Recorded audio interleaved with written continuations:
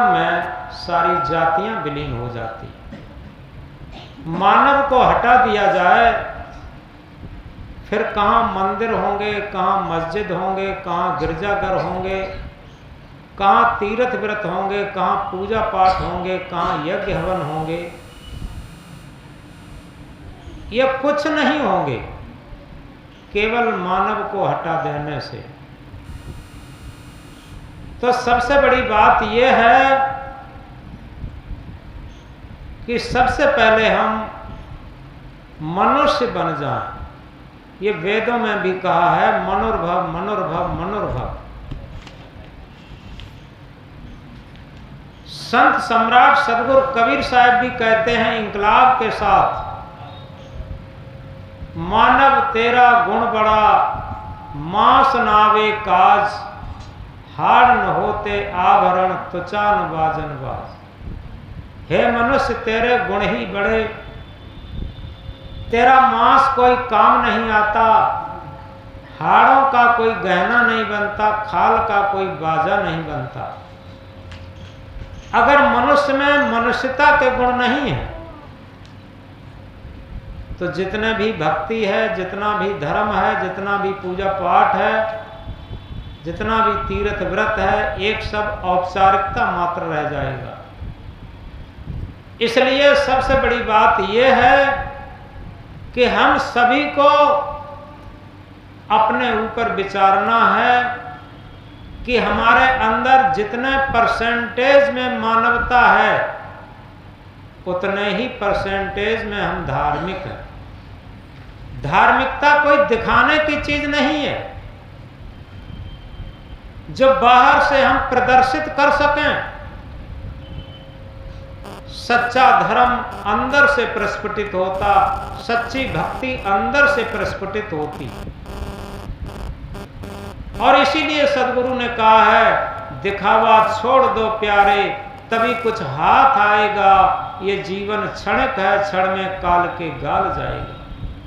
जितना भी धर्म के नाम पर, भक्ति के नाम पर, पूजा पाठ के नाम पर दिखावा है, औपचारिकता है, वही सब हमारे अंदर का छलावा। यथार्थ में सही बात तो यह है कि हम पूरे जीवन दुविधा में रहते। आज का विचार बड़ा सुंदर लिखा है, दुविधा में दोनों गए, माया मिली न राम।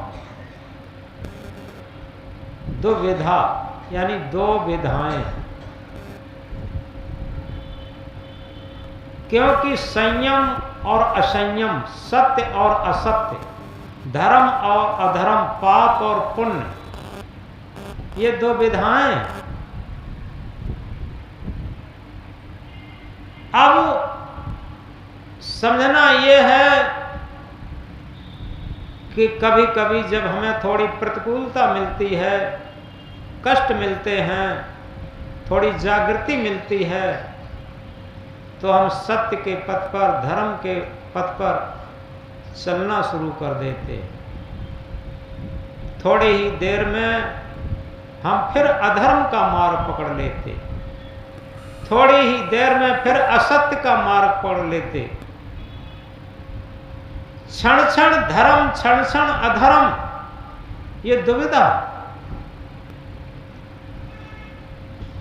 जब तक हम सही तरीके से धर्म के मार्ग को, सत्य के मार्ग को, भक्ति के मार्ग को, मानवता के मार्ग को पकड़ के नहीं चलेंगे, अटूटता से नहीं चलेंगे, तब तक हमें सफलता नहीं मिलेगी।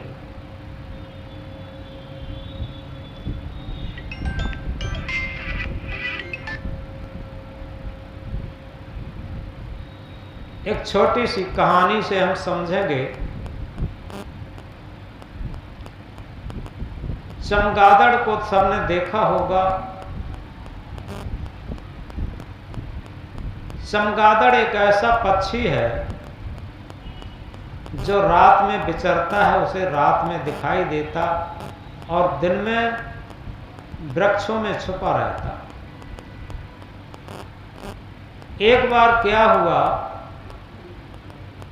पशुओं में और पक्षियों में झगड़ा हुआ।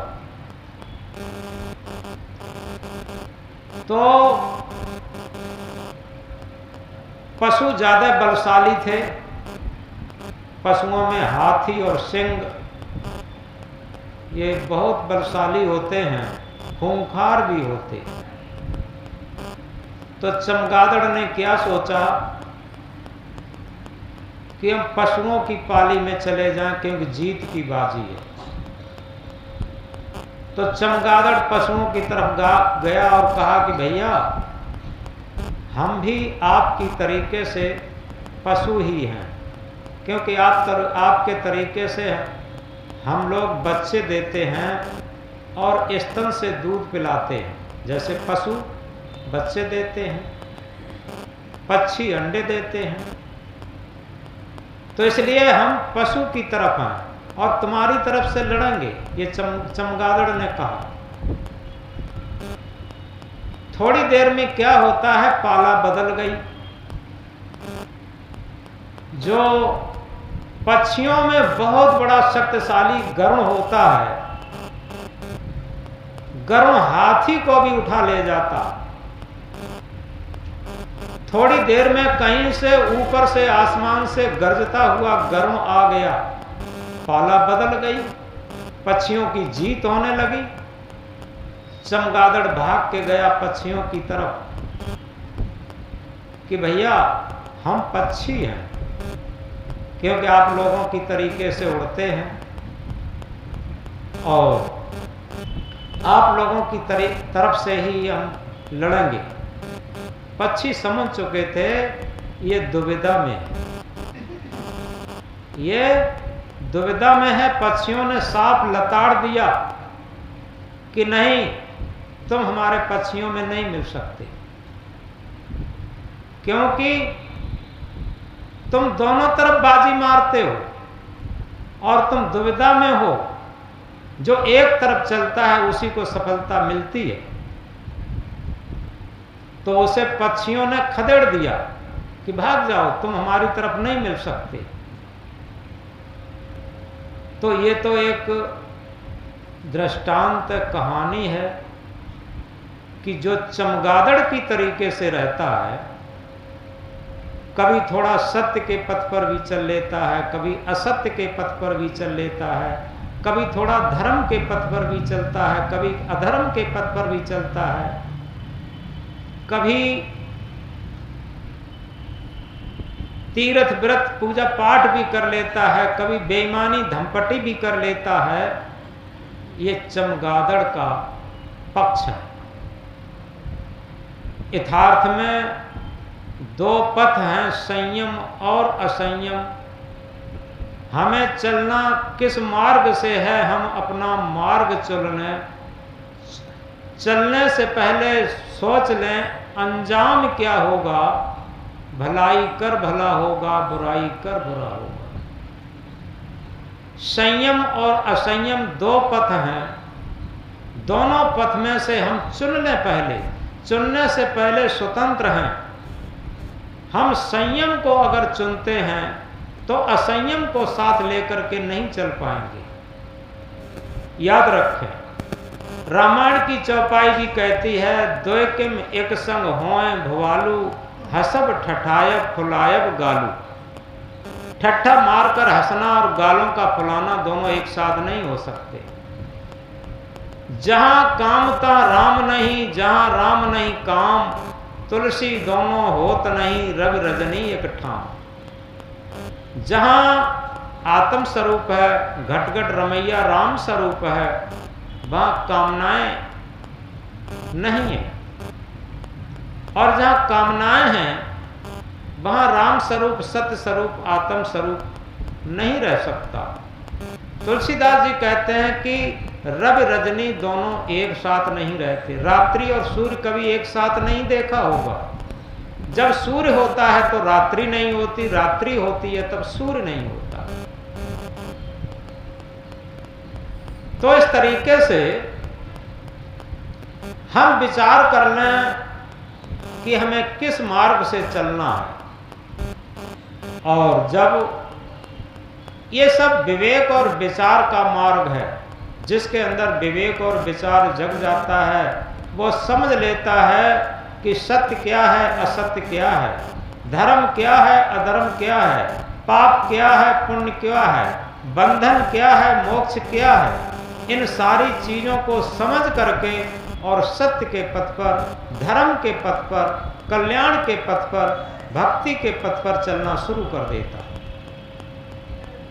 तो इसलिए हमारे अंदर जितनी अटूटता होगी, लक्ष्य उतनी जल्दी मिलेगा।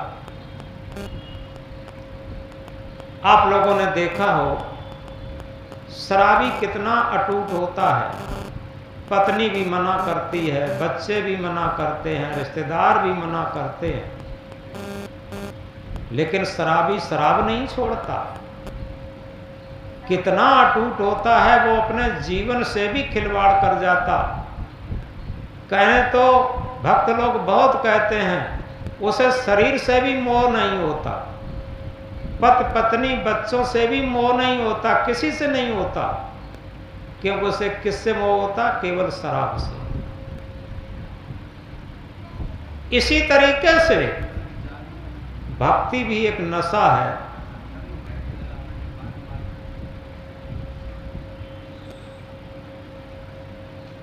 भक्ति भी एक नशा है, जिसके अंदर भक्ति का नशा चढ़ गया, निश्चित है वो परम आनंद, परम शांति का दर्शन उसे हो जाएगा। क्योंकि वो दुविधा में नहीं रहा। सबसे खराब सब्जेक्ट है दुविधा।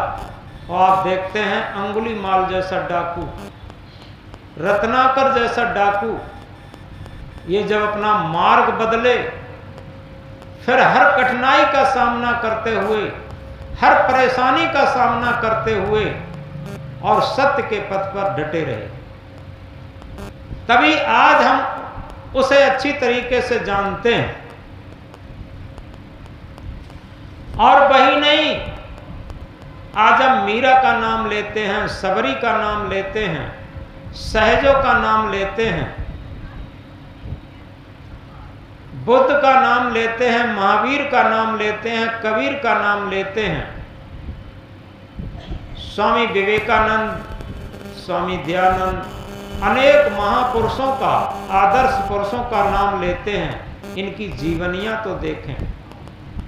ये अपने जीवन में जहर दिए गए, बड़ी बड़ी यातनाएं दी गईं, लेकिन अपने पथ पर अटूट रहे। उन्होंने भक्ति मार्ग नहीं छोड़ा। तो इस प्रकार यथार्थ में सबसे बड़ी बात यह है, जिसके मन में दुविधा होती है, उसका मन सत्यगामी नहीं होता, भक्तगामी नहीं होता, मुक्तगामी, शांतगामी नहीं होता। और जो दुविधा को छोड़ देता है, उसके अंदर अटूटता आ जाती है।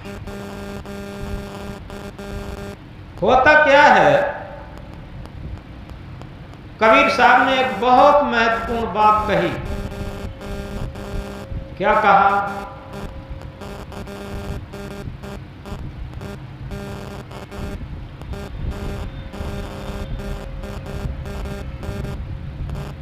कबीर हम सबसे बुरे, हमते भल सब कोय, जिन ऐसा कर जानिया मीत हमारा सो। सदगुरु ने बड़ी इंपॉर्टेंट बात कही। जिसके अंदर दुविधा खत्म हो जाती है, उसे अपनी गलतियां दिखाई देना शुरू हो जाती।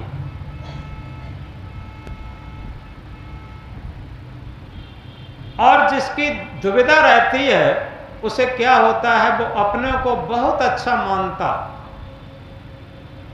और उसे दुनिया की सारी गलतियां दिखाई देती। दुनिया की गलतियां देखना कैसे है, एक उदाहरण द्वारा समझेंगे। एक गांव के बाहर एक रास्ता, रोड के किनारे पर एक पुलिया थी। एक आदमी रोज बैठ जाता था पुलिया पर और पूरे गांव की भैंसें, गायें, बकरियां सब कुछ चरने जाती थी। वो रोज जब इधर से जाती थी चरने के लिए तब भी गिनता था और उधर से आता था तब भी गिनता था। एक दिन एक आदमी ने पूछा, एक बात बताओ भैया, तुम सुबह वहां पुलिया पर पहुंच जाते हो और ना कोई काम धाम करते हो, केवल गांव से निकली हुई गाय, भैंसें, बैल, बकरी सब कुछ गिनते रहते, उधर से आती हैं तब गिनते रहते, इसमें तुम्हारा लाभ क्या होता? अब वो आदमी चुप। उस व्यक्ति ने कहा कि इसमें तुम्हारा लाभ तो कुछ नहीं, जो मानव जीवन का कीमती समय है पूरे दिन का, वो तुम व्यर्थ में खो देते। अरे तुम्हारी कोई गाय भैंस हो, उसे गिन के अपने घर में ले आओ, चारा, दाना चारा खिलाओ, उसका दूध खाओ, तब तो तुम्हें लाभ है, अन्यथा क्या लाभ है केवल गिनने से। इसी तरीके से समाज और संसार में रात दिन हम ये देखते रहते हैं कि समाज और संसार की सारी कमियों को गिनते रहते, समाज और संसार की सारी कमियां गिनते गिनते हमारे अंदर सारी गलतियों का भंडार हो जाता, अवगुणों का भंडार हो जाता। इसलिए सबसे बड़ी बात यह है कि अगर हम सकारात्मक विचार हमारे अंदर हैं तो हम अपनी गलतियों को देख करके निकालने का प्रयत्न करें। ये सकारात्मक विचारों की ऊर्जा है, ये ज्ञान की ऊर्जा है, ये भक्ति की ऊर्जा है, ये धर्म की ऊर्जा है। जब धर्म की ऊर्जा से हमारा जीवन ओतप्रोत होता है तो लगता है कि सदगुरु कबीर साहब का महामंत्र ये हमारे ऊपर चरितार्थ होता है कि कबीर हमें सबते बुरे। हमारे अंदर बहुत बुराइयां हैं, बहुत गलतियां हैं और निरंतर हम अपनी गलतियों को निकालने का प्रयत्न करेंगे और दूसरे के अंदर हमें सद्गुण दिखाई देना शुरू हो जाते हैं। जब हमें सद्गुण दिखाई देना शुरू होते हैं, इसे सकारात्मक पक्ष कहते, इसे पॉजिटिव थिंकिंग कहते। हर आदमी के अंदर जो सद्गुणी भक्त होता है उसकी सकारात्मक विचारधारा होती और वही लोग अपने परिवार में भी सुखी होते, समाज में सुखी होते और इस संसार में आज भी सुखी। और जिनकी निगेटिव थिंकिंग है, नकारात्मक विचार हैं, वो रात दिन अपने ही परिवार में कुढ़ते, दूसरे के अवगुणों से कुढ़ते और पूरे संसार से कुढ़ते। परसों कहीं बाहर एक सत्संग था, उसमें एक महिला आई थी। उन्होंने एक प्रश्न किया कि गुरुजी, हमें बहुत टेंशन हो जाता। हमने की बात क्या है? कि बात यह है कि हमारे पति देव भी बहुत सीधे हैं, बहुत सरल हैं, बहुत सही हैं। हमारा लड़का भी सब सही है, बहू भी सही है, लेकिन हमारे ही पड़ोस में एक ऐसी महिला है जो पल पल पर झूठ बोलती, और वो झूठ बोलती है तो हमें बहुत टेंशन हो जाता और हम बहुत अधिक परेशान हो जाती। तो हमने कहा ये तुम्हारी कमजोरी है, तुम्हारी अच्छाई से जब वो परेशान नहीं हो पाती तब तुम उसकी बुराई से परेशान क्यों होती। इसके लिए कबीर साहब का मंत्र याद करो, तुम्हारे अंदर सकारात्मक विचार आएंगे। कबीर साहब ने क्या कहा कबीर तेरी झोपड़ी गलकट्टों के पास, जैसा करे वैसा भरे तू क्यों हो तो दास। अगर कदाचित अपना मकान अपनी झोपड़ी गलकट्टों के पास है, अब हम रात दिन टेंशन में हो जाएं तो क्या लाभ। कबीर साहब कहते हैं जैसा करे वैसा भरे तू क्यों हो तो दास। उसमें तेरे उदास होने की क्या जरूरत है। उनके मुखमंडल पर थोड़ी प्रसन्नता आई। कहा कि गुरुदेव इससे तो हमें अच्छा सहारा मिला। तो यथार्थ में संत सदगुरु का एक आदर्श ऐसा होता है, उससे हमारे जीवन जीने के लिए संबल मिलता है, सहारा मिलता है, आदर्श मिलता है, आचरण मिलता है। और उस आचरण को अगर हम धारण कर लें तो हमारा जीवन कृतार्थ हो जाता है। तो सबसे बड़ी बात यह है, ये बहुत महत्वपूर्ण बात है कि हम रात दिन दूसरे के अवगुण देखते देखते और अपना जीवन अवगुणी बना लेते। ये कहा है खटरागी बन जाता है खटरागी का संग करते करते। खटरागी बन जाता है खटरागी का संग करते करते। बैरागी बन जाता है बैरागी का संग करते करते। हमारा मन कितना भी हम बैरागीवान हैं, गुरु हैं, महंत हैं, सब कुछ हैं, अगर रात दिन खटरागियों का साथ करेंगे, वासना युक्त लोगों का साथ करेंगे, तो हमारे मन में भी खटराग और वासनाएं उत्पन्न हो जाएंगी। उसे दुनिया में कोई नहीं रोक सकता। ये वैज्ञानिक तथ्य है। और यदि कितना भी संसारी व्यक्ति हो और वो ठान ले कि हम आदर्श पुरुषों का साथ करेंगे, तो निश्चित है एक दिन वो आएगा, वो भी एक आदर्श पुरुष बन जाएगा। ये बहुत ऊंची चीज है।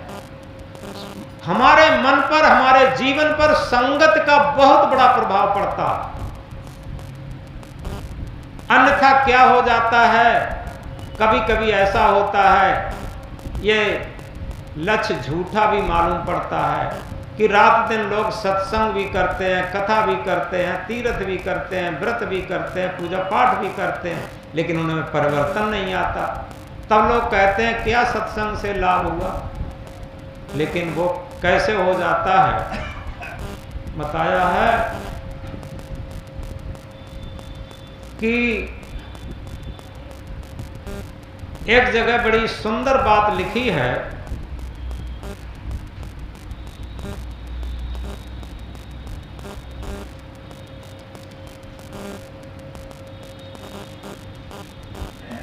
पारस परसा जानिए, पारस परसा जानिए, पलटे अंग अंग, अंग अंग पलटे नहीं, तब सब झूठा संग। आप लोगों ने सुना होगा एक उदाहरण, लोहे को अगर पारस मणि पारस पत्थर मिल जाए तो लोहे का अंग अंग बदल जाता, वो सोना बन जाता। पारस परसा जानिए, पलटे अंग अंग, और अंग अंग पलटे नहीं, तब सब झूठा संग। अगर पारस के स्पर्श से और लोहा सोना न बना तो सब झूठा संग, तब ये सब झूठा संग हो जाता। तो इसी तरीके से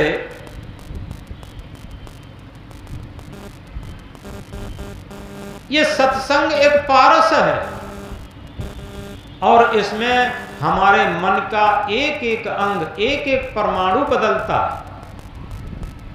और अगर मन का एक एक परमाणु न बदला तो सब झूठा संग। और सत्संग क्या है, इससे पहले इस बात को समझना बहुत जरूरी है। हम सत्संग क्या मान लेते हैं, कुछ ज्ञान की बातें सीख ली, चर्चा, कुछ भजन सीख लिए, तो हम सोचते हैं हमने सत्संग कर लिया। ये सत्संग की परिभाषा और सत्संग नहीं है। सच्ची पारसमणि क्या है? हमारी आत्मा। और सच्चा सत्संग क्या है? ये सत्य आत्मा का संग मन कर ले, ये सच्चा सत्संग हो गया। अगर आत्मा से, आत्मा के संग से ओतप्रोत हमारा मन न हुआ तो ये मन हमारा सत्संगी नहीं हुआ, ये तो केवल रट्टू ज्ञान हो गया।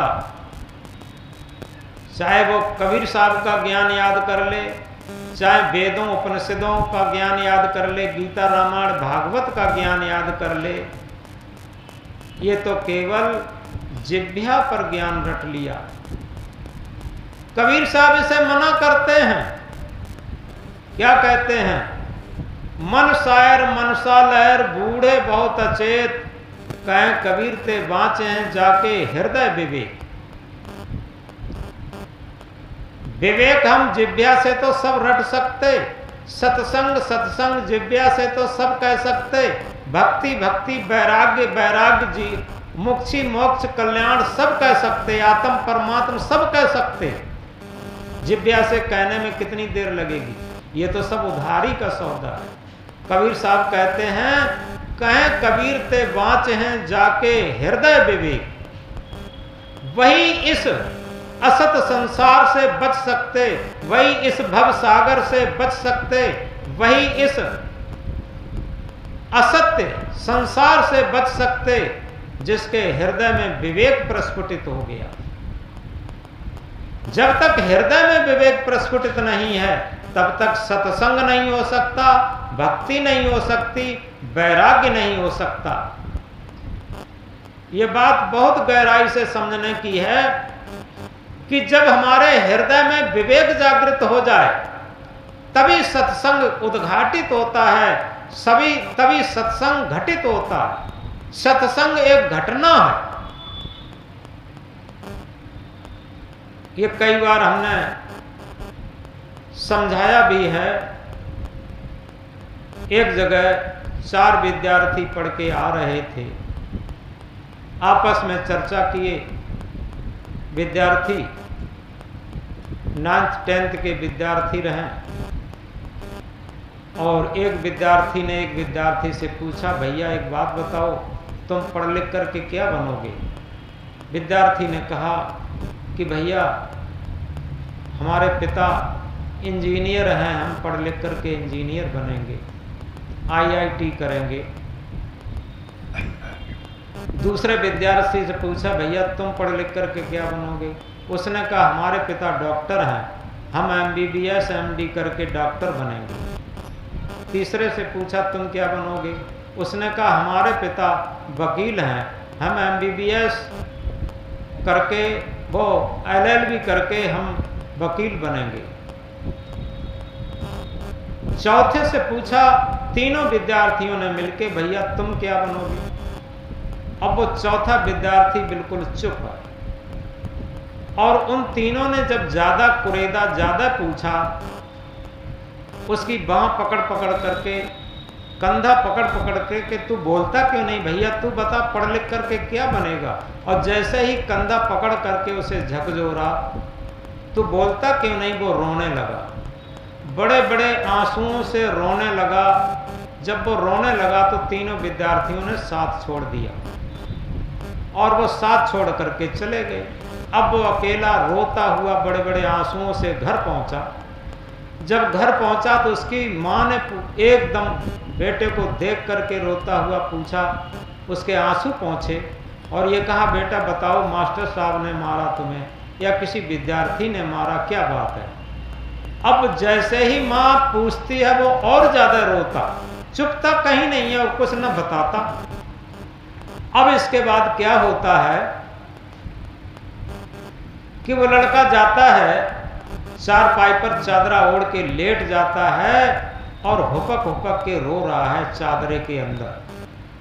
माँ ने पूछा, बेटा कहीं दर्द हो रहा है, कोई परेशानी है क्या? लेकिन वो कुछ नहीं बोलता। माँ ने सूचना भेज करके अपने पति को बुलाया, पति घर पे आया उस बेटे का पिता, और वो भी पूछता रहा, उसने कुछ नहीं बताया, जैसे ज़्यादा पूछो तो और ज़्यादा रोता। तो उसके पिता ने भी समझा कि ये कोई ज़्यादा बीमार है, इसे कहीं दर्द है, ये बोल नहीं पा रहा। उसने तुरंत क्या किया, रुपया पैसा का इंतजाम करके किसी वाहन का इंतजाम किया उसे डॉक्टर के पास ले जाने के लिए। तो जैसे ही वाहन आया, उसने कहा, बेटा चलो तुम्हें डॉक्टर के पास ले चलते हैं, तुम्हें अंदर से क्या परेशानी है। अब एकदम वो लड़का बोलने लगा। उसने कहा कि हम बीमार नहीं हैं, डॉक्टर के पास नहीं जाएंगे। तो पिता ने कहा, जब तू बीमार भी नहीं है, बोलता भी नहीं है, रोए चला जा रहा है, आखिर बात क्या है, बात क्यों नहीं बताता। तो लड़के ने कहा कि आज हम 4 मित्र विद्यार्थी आ रहे थे पढ़ लिख करके। तो एक विद्यार्थी ने पूछा एक दूसरे से कि भैया तू पढ़ लिख करके क्या बनेगा। तो उस विद्यार्थी ने कहा कि हम पढ़ लिख करके इंजीनियर बनेंगे, हमारे पिता इंजीनियर हैं। दूसरे विद्यार्थी से पूछा, उसने कहा हमारे पिता डॉक्टर हैं, हम डॉक्टर बनेंगे। तीसरे विद्यार्थी से पूछा, उसने कहा हमारे पिता वकील हैं, हम वकील बनेंगे। जब तीनों विद्यार्थियों ने मिलकर हमसे पूछा कि तू क्या बनेगा, तो हम रोने लगे। रोने के अलावा हमारे पास क्या चारा था। क्या हम ये कहते कि हम पढ़ लिख करके शराबी बनेंगे, हमारा पिता शराबी है, क्योंकि उसका पिता शराब पीता था। जब उसने ये बात कही और बड़े बड़े आंसुओं से डिडकारी फोड़ते हुए इस बात को कहा, तो उसके पिता के मन का अहंकार गला, मन के अहंकार की बर्फ पिघल गई और वो विनम्र हुआ। और उसने तुरंत लड़के को उठा करके अपनी छाती से चिपका लिया और ये कहा कि बेटा तू चिंता मत कर, अब ना तू डॉक्टर बनेगा, ना इंजीनियर बनेगा, ना वकील बनेगा। तू कह देना आज से हाथ उठा करके मेरे पिता एक नेक इंसान हैं और हम एक नेक इंसान बनेंगे। तो ये एक सत्संग की घटना घटित हो गई। हम जो बात कहना चाहते हैं, एक आत्मा का दर्द एक आत्मा ने पहचाना, ये सत्संग की घटना है। जब तक आत्मा का दर्द आत्मा नहीं पहचानती, आत्मा के भाव को आत्मा नहीं पहचानती, आत्मा के आवाज को आत्मा नहीं पहचानती, तब तक सत्संग की घटना नहीं घटित होती। आप जहां पर भी देखें, जिन संत गुरुजनों के निर्देशन से जो भक्त लोग जागृत हुए, जो शिष्य लोग जागृत हुए, वो वही था। उनकी आत्मा की आवाज को उन्होंने सुना। सहजोबाई अपनी किशोरावस्था पार कर रही थी और अपने घर में शीशा से बाल संभाल रही थी। तब तक उसके गुरु चरणदास जी, ये दिल्ली साइड में बहुत प्रसिद्ध हुई है सहजोबाई, जैसे मीराबाई की तरीके से, सबरी की तरीके से। गुरुजी निकले, सहजो ने नहीं देख पाया। गुरुजी ने क्या कहा, क्षणिक सुख के कारण सहजो काहे समारे मान। थोड़ा समझो, अगर इतनी सी बात किसी से कह दी जाए, वो नाराज हो जाएगी, आग बबूला हो जाएगी। आज किसी से कह दिया जाए, लेकिन सदगुरु की जो आत्मा की बात थी, सहजों की आत्मा ने सहज स्वीकार किया। जहां मन आड़े में आ जाता, वहीं अहंकार पैदा हो जाता और वहीं पर नाराजी पैदा हो जाती। चाहे गुरु शिष्य हो, चाहे पिता पुत्र हो, चाहे मां पुत्री हो, चाहे सास बहू हो, अगर आत्मा की बात आत्मा से सुनी जाती है तो निश्चित है वहां नाराजी की बात नहीं आती, वहां एक सहज स्वीकारात्मक बात आती है, अंदर से स्वीकार बात हो जाती है। तो सहजों ने गुरु की आत्मा की बात को सुना और सुन करके तुरंत उसकी आत्मा में एक परिवर्तन आया। जिस तरीके से अभी हमने कहा था लोहा अगर पारस से मिल जाए तो वो सोना बन जाता है। इसी तरीके से सहजों की आत्मा ने गुरु की आत्मा की बात को सुन करके एकदम बदल दिया, शीशा कंगा डाल दिए और उसी दिन से, उसी क्षण से उसे अंदर से भक्ति प्रस्फुटित हो गई, वैराग्य प्रस्फुटित हो गया और पूरा जीवन एक साधक का जीवन, एक साधु का जीवन जीने के लिए उसने कमर कस ली। और उसी सहजों ने कहा, गुरु न तजू हर को तज डारूं। कहीं मुझे हर दिखाई देते हो, ईश्वर परमात्मा दिखाई देते हो, उन्हें तो मैं तज दूंगी लेकिन गुरु को नहीं तजूंगी। आगे उसने क्या कहा कि हर ने मुझे जगत जाल में फंसायो और गुरु ने मुझे मुक्ति का मार्ग दिखाया। जिसे लोग हर कहते हैं, परमात्मा कहते हैं, उसने तो मुझे संसार के जाल में फंसाया और गुरु ने मुझे मुक्ति का मार्ग दिखा दिया, कल्याण का मार्ग दिखा दिया, सत्य का मार्ग दिखा दिया। गुरु न तजू हर को तज डारूं, उस सहजों ने कहा। और ये कब कहा? जब गुरु की आत्मा की बात को उस सहजों ने अपनी आत्मा से सुनी।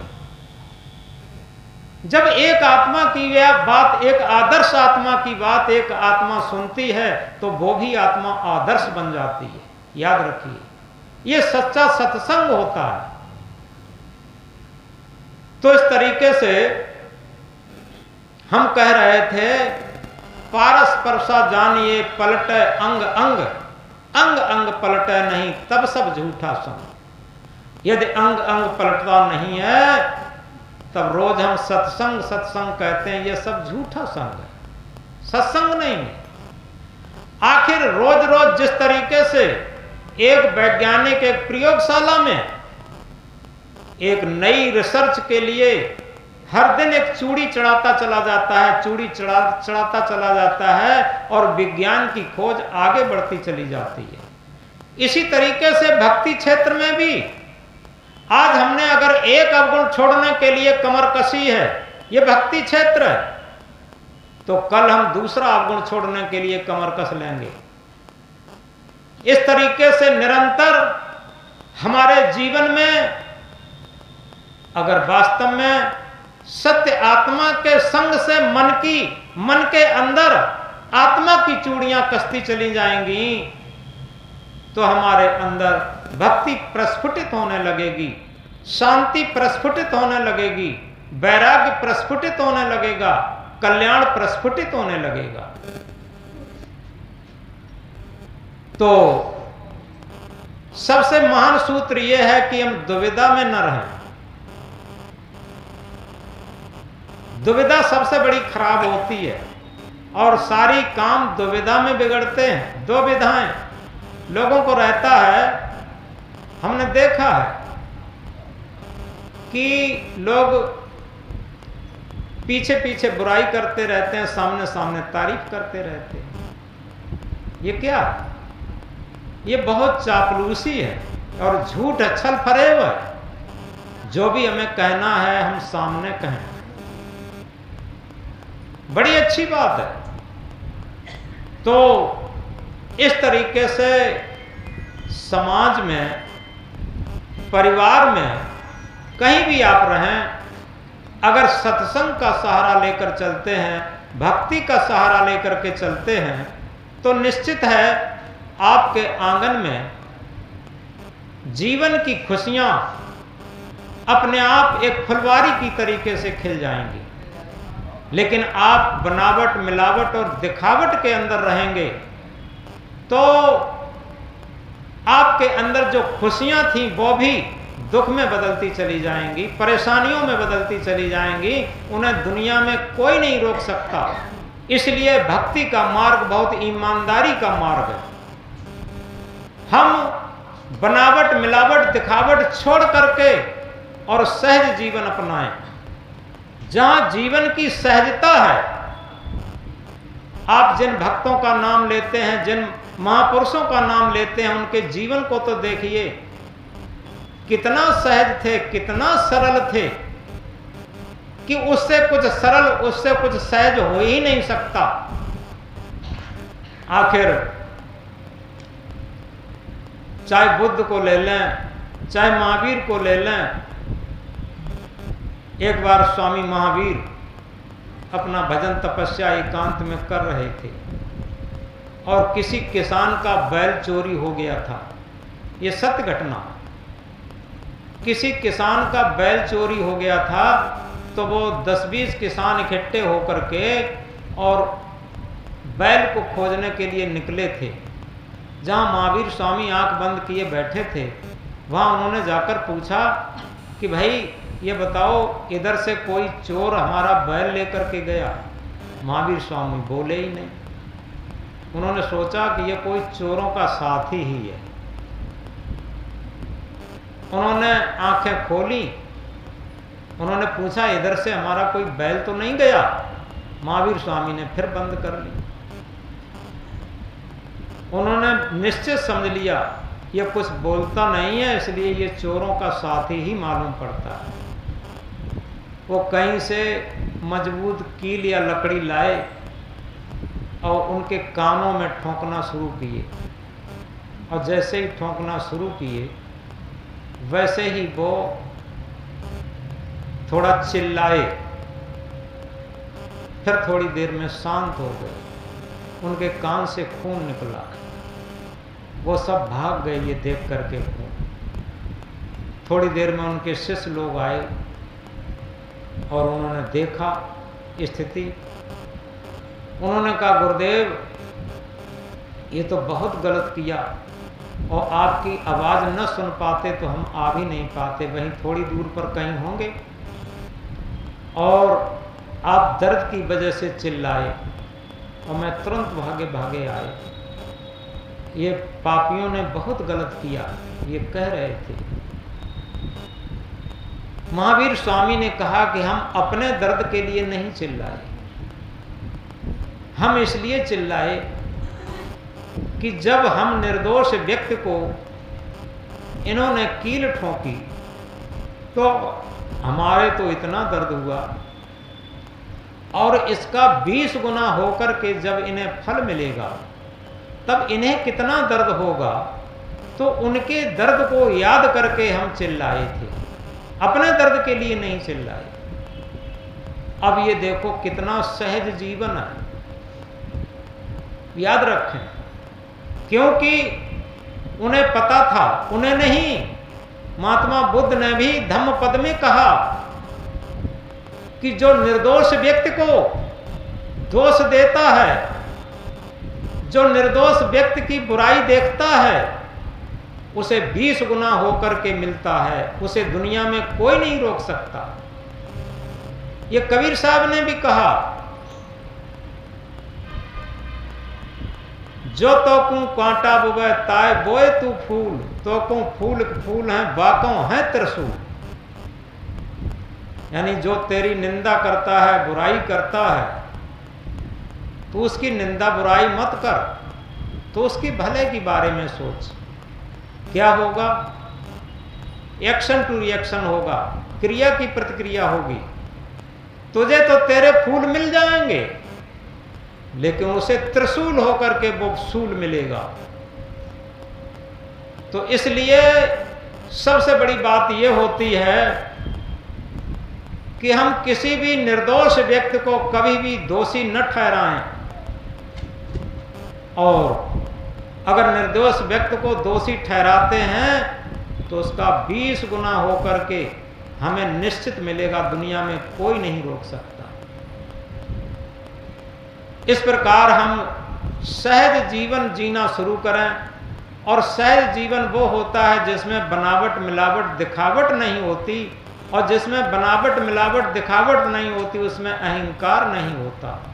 और जब अहंकार नहीं होता है तो प्रार्थना में कहा है, निरहंकारी जग से पारी बोध रूपारी दुखदाह। निरहंकारी भक्त, निरहंकारी व्यक्ति, निरहंकारी मन ही भव सागर से पार जा सकता है, इच्छाओं से पार जा सकता है। क्योंकि सबसे बड़ी बाधा हमारी वासनाएं हैं, हमारी मन की इच्छाएं हैं जो कभी पूर्ति नहीं होती। इसीलिए कहा हविस की हविस इंसान को हैवान बना देती है। याद रखें, पूरे जीवन खाते रहे, पूरे जीवन देखते रहे, पूरे जीवन सुनते रहे, सब कुछ करते रहे, लेकिन फिर भी उन्हीं चीज़ों से तृप्त नहीं होती। और की बलवती चाह ही हविस होती है। हविस की हविस इंसान को हैवान बना देती है। हविस की चोट इंसान को इंसान बना देती है। अगर हविस से बचें जीवन भर तो इंसान को भगवान बना देती है। सारी हविस से बच करके और सत्य आत्मा के पथ पर जीवन चलना शुरू कर दें तो समझो, जिन्हें भगवान बुद्ध कहते हैं, भगवान महावीर कहते हैं, भगवान कबीर कहते हैं, जिन्हें महापुरुष कहते हैं, जिन्हें सदगुरु कहते हैं, संत कहते हैं, वही रास्ता हमें भी मिल जाएगा, वही सुख शांति हमें भी मिल जाएगी। और सबसे बड़ी बात जो अंत में कही है, क्या? करे गलती और न जाने उसे शैतान कहते। जैसे कोई बच्चा है, छोटे बच्चे शैतानी जिनमें रहती है, वो गलती भी करता है, नहीं जानता। छोटे छोटे बच्चे गलती कर जाते हैं, नहीं जानते। तो करे गलती और न जाने उसे शैतान कहते हैं। करे गलती और न माने उसे हैवान कहते हैं। थोड़ा गहराई से समझें। करे गलती और न जाने, अनजान में जो गलती कर जाता है उसे शैतान कहते हैं। और करे गलती और न माने उसे हैवान कहते हैं। और करे गलती और मान ले उसी को इंसान कहते हैं। अगर वास्तव में माता पिता, संत गुरु, बड़े बूढ़े, आदर्श पुरुष अगर हमारी गलतियों को बताते हैं तो मन में अहंकार न रख करके आत्मा के भाव पर, हृदय के भाव पर हम स्वीकार करते हुए अपनी गलती को सुधारना शुरू कर देते हैं, तो निश्चित है हमारे अंदर मानवता आ गई, मनुष्यता आ गई, ह्यूमैनिटी आ गई, धर्म आ गया, भक्ति आ गई। करे गलती और मान ले उसी को इंसान कहते हैं, और कभी गलती ना करे उसी को भगवान कहते हैं। तो इस तरीके से हमारे जीवन को अगर सही तरीके से समझने का जो प्रयास करते हैं अपने जीवन को, वो तभी आ पाता है जब वो दुविधा छोड़ देते हैं। आज का विचार बहुत ही अच्छा लिखा है, क्योंकि दो पथ, दो विचारों के साथ हमारा मन हमेशा दुविधा में रहता है। कभी धर्म के, सत्य के, संयम के पथ पर चलते हैं, तो कभी अधर्म, असत्य, असंयम के पथ पर ही जीवन रूपी गाड़ी चलती रहती। सत्य नीति की कहावत है, दुविधा में दोनों गए, माया मिली न राम।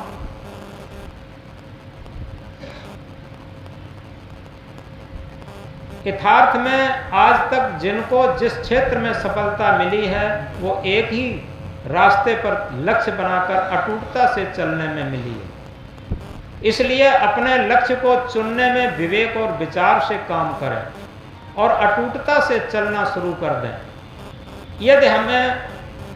यदि आप खुशनुमा जीवन जीना चाहते हैं तो आपको अपने विचार विवेक पूर्वक और खुशनुमा बनाना पड़ेंगे।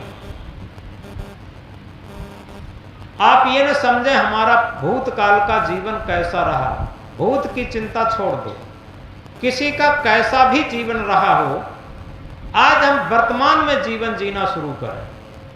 आज से संकल्प ले लें, पिछला जीवन कैसा अच्छा था, खराब था, क्या था, उसे छोड़ दें।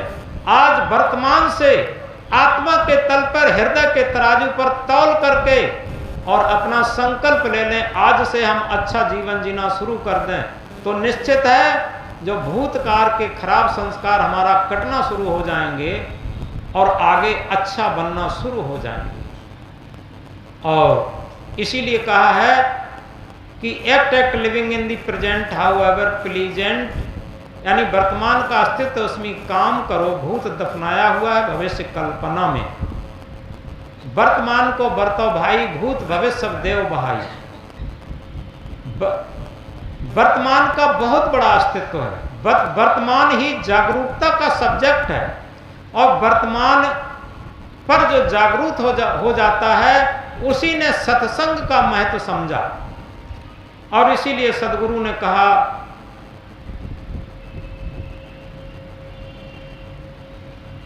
जो बीत गया वो सपना है, जो बीत गया वो मुर्दा है, जो बीत गया वो मुर्दा है, आने वाला सपना है, जिसमें हम बंधन काटें वो वर्तमान समय अपना। जो बीत गया वो मुर्दा है, आज के पीछे जो बीत चुका है वो डेड हो चुका, मुर्दा, और आने वाला सपना है।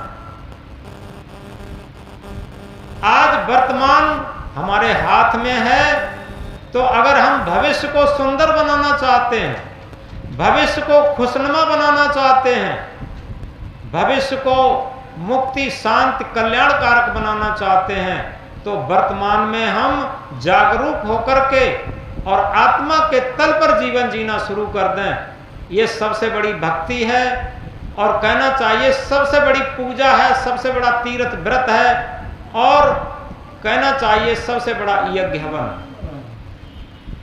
जो वर्तमान में जागरूक होकर के और भूत भविष्य की चिंता करके वर्तमान के क्षणों को जिसने सदुपयोग कर लिया, वो वास्तव में धर्म के मर्म को समझ गया, भक्ति के मर्म को समझ गया, कल्याण के मर्म को समझ गया, और आत्म परमात्मा के साक्षात्कार का मर्म समझ गया। तो इसलिए अंतिम इस महामंत्र को हम हृदय पटल पर अंकित करें। क्या? जो बीत गया वो मुर्दा है, आने वाला सपना है, जिसमें हम बंधन काटें वो वर्तमान समय अपना। और इसके लिए भूमिका में दो चीजें याद रखें। क्या? अटल रहा जो अपने पथ में लाख मुसीबत आने में, मिली सफलता उसको जग में जीने और मर जाने में। हम थोड़े थोड़े लोभ लालच में, मन इंद्रियों की लोलुपता में भटकते रहते हैं, लोलुप होते रहते हैं, अपने धर्म पथ से डिगते रहते हैं, भक्ति पथ से डिगते रहते हैं, आत्मा के पथ से डिगते रहते हैं इस मन की गुलामी में। लेकिन हम अटल हो जाएं, अटल रहा जो अपने पथ में लाख मुसीबत आने में, मिली सफलता उसको जग में जीने और मर जाने में। दूसरा क्या है? मैं सच्चे पथ का राही हूं, मैं सच्चे पथ का राही हूं, कह सकता दिन को रात नहीं, ईमान बेच दूं टुकड़ों में ये मेरे बस की बात नहीं। अगर इस तरीके से अटूटता धारण करेंगे तो निश्चित है हमारा जीवन एक सहज जीवन बन जाएगा। और ध्यान की पुस्तक में लिखा है, जिसने पाई सहज जीवन की झलक, उसकी मिट गई सकल संसार पाने की ललक। उसे संसार में कुछ पाने लायक है ही नहीं, जो पाना था वो अंदर से पा लिया। एक राबिया फकीर हुई है संत। ये फकीरों में संत पदवी होती है, वो राबिया हुई है पहले।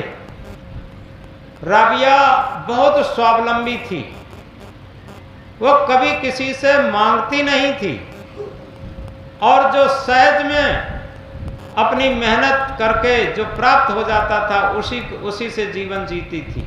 लेकिन बहुत स्वावलंबी थी, और उसकी स्वावलंबता के कारण उसके पास गरीबी थी बहुत। एक झोपड़ी में रहती थी, टाट का बिछौना था, ईंट का सिरहाना था।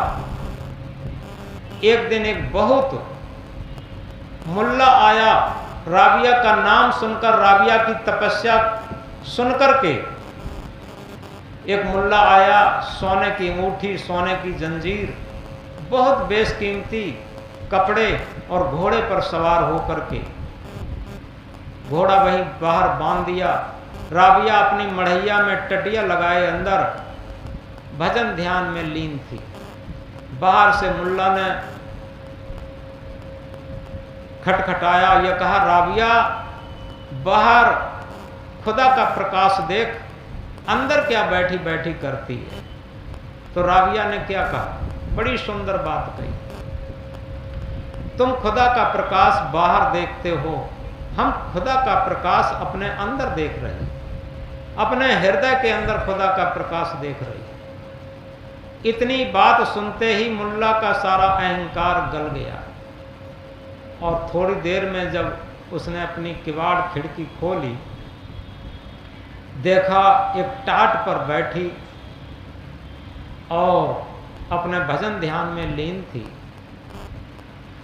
उस मुल्ला के अंदर इतना परिवर्तन हुआ, इतना परिवर्तन हुआ, उसने सोना चांदी जो कुछ भी ग्रहण किया था, कीमती कपड़े ग्रहण किए थे, वो सब गरीबों को दान दे दिया, घोड़ा गरीबों को दान दे दिया और स्वयं बिल्कुल सहज और सरल जीवन जीने लगा। उसी दिन से एक सत्संग की घटना घटित हो गई, उसका अहंकार गल गया।